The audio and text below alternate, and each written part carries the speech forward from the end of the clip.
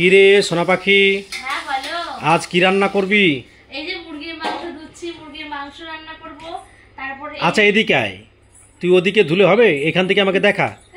এই যে ঢেঁড়স ভাজা করব, হ্যাঁ লাল শাক ভাজা করব রসুন দিয়ে, আর এই যে পটল ভাজা করব, আর এই যে আলু পেঁয়াজ দিয়ে এই যে মুরগির মাংস। হ্যাঁ এবার মুরগির মাংস দেখা। এই যে মুরগির মাংস, আর এই যে বোনলেস চিকেন দিয়ে আজকে চিলি চিকেন রান্না করে দেবো রাতে তোমার জন্য, বুঝছো?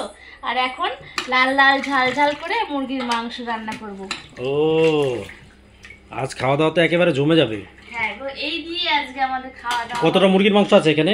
এখানে 1.5 কেজি মুরগির মাংস আছে। 1.5 কেজি মুরগির মাংস আর বোনলেস। হ্যাঁ। ও খাওয়া দাওয়া তো জমে যাবে। মুরগির মাংস ছাড়া কি তোমার ভালো লাগে অন্য কিছু? হ্যাঁ, আর পটল ভাজা, লাল শাক ভাজা, আর ঢেঁড়স ভাজা। হ্যাঁ গো, আজকে অনেক কিছু রান্নার আয়োজন আছে। এখন আমি তাড়াতাড়ি করে রান্না করে ফেলি, তুমি স্নান করে নাও, রেডি হয়ে নাও, তারপর খাওয়া দাওয়া। আর লেগ পিসটা কিন্তু আমাকে দিবি খেতে। লেগ পিস তুমি খাবে? এই দেখো অনেকগুলো আছে, একটা দুটো কতগুলো লেগ পিস আছে দেখতো? 4টে লেগ পিস আছে। 4টে লেগ পিস তুমি খেতে পারবে বলো? একদম 4টে লেগ পিসে আমি খেয়ে নেবো। আচ্ছা ঠিক আছে, 4টে লেগ পিস যদি তুমি খাও তাহলে সব মাংসগুলো আমি আর বাবাই শুনে খাবো। হ্যাঁ খেয়ে নেবা। আচ্ছা।